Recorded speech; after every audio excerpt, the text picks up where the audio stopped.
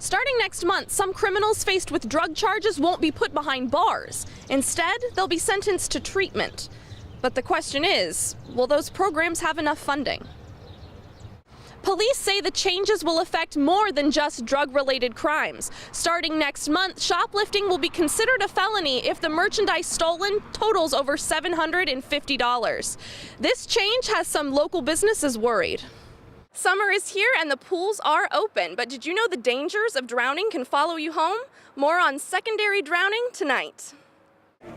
Over 300 people came out to Edelweiss Park today to celebrate the kickoff of German Fest. The celebration will continue this Wednesday at the annual keg tapping at Headwaters Park. What is and isn't a felony will change next month. Tonight, we'll break down what those changes are and hear from police about why these changes may not be in the best interest of the public. Major construction is in the works for State Boulevard. New tonight, when will that construction begin and how do neighbors feel about it? Although it's not the easiest job, Faulkner says being a bus driver is very rewarding. A group is raising money to get a local disabled veteran a new home. Tonight, hear from that veteran and learn how you could get involved. The plan is to straighten the road, add more lanes, and move a historic bridge. The project was first okayed by City Council in 2009, and since then, leaders have held over 50 meetings with residents to discuss how and when the plan will move forward. Right-of-way acquisition, when you're looking at the amount of right-of-way that we have to acquire, it's about 6 blocks. That will start, we hope, yet this year. Construction starting either late next year or the year after. And I think the entire project is expected to be done in 2017. Tonight, some residents showed their support of the plan, and others voiced concerns with preliminary designs. I would like to know, are you ever really going to control the traffic? I don't want anyone in the room to believe for 1 minute that it's going to alleviate the flooding problem. Those of us who have a personal stake in this support it. My daughter never in her life played in our front yard because it wasn't safe. Leaders from the historic preservation group Arch hope some of their suggestions are considered. This is a project that addresses some real needs in the area, and we're not saying that there aren't real needs. What we're saying is that we think that there's a better way that helps to do all of those things. Suggestions and comments proposed tonight will become part of a new official document. It will be reviewed and formally responded to by the Federal Highway Association. The answers will be then in writing. If there are questions, they'll be in writing. If they have a suggestion, there'll be something in writing on if that is possible, if it can be worked in.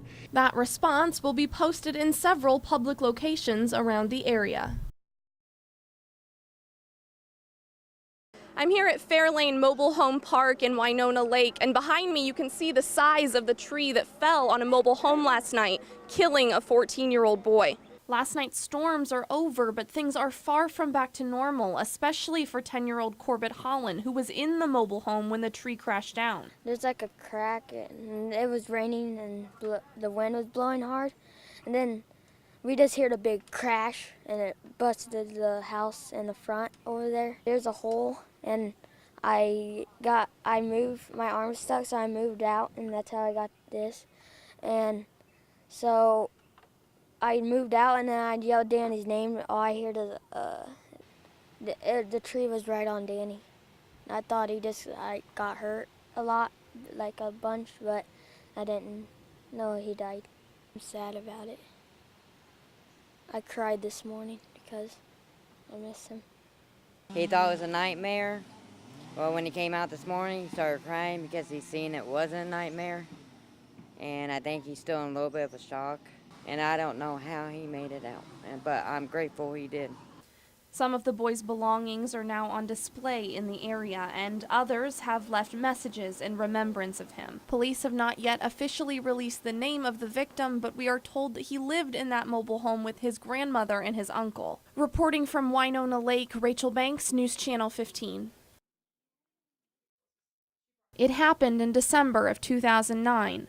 Matt Moeller, a U.S. Army veteran, was driving a one-man mine detector in Afghanistan. I was getting ready to just come up to the top of the hill when an IED struck my vehicle and blew it into 2 pieces. Moeller is now back in the States with his wife and his 2-year-old son, but his battle is far from over.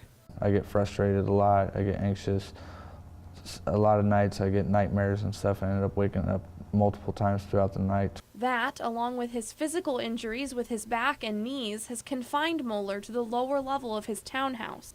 But that's about to change. One of those things that happens that you hope to happen, you don't think it's going to happen, but then it does, and you just don't know what to do. The Homes for Wounded Warriors program has chosen Moeller as a recipient for a brand new home. We're just completely excited. I never thought it would ever happen. It's all single level, so I'll be able to sleep in bed with my wife again, and I'll be able to go in every room, including my son's room, watch him play and everything. It just means a lot to be able to do all that. The Upstate Alliance of Realtors is sponsoring Moeller, and so far they've raised close to $35,000 for the project. We knew we could pull it off, but we couldn't pull it off without community involvement. So we engaged the community, asked them to be a vital part of this, and we have their support, which is really exciting. They hope this gesture will help show appreciation to someone who has given so much. He's a warrior. He fought for our country, and we have the freedom today because of people just like Matt. Go to Wayne.com for more information and to learn how you can help out.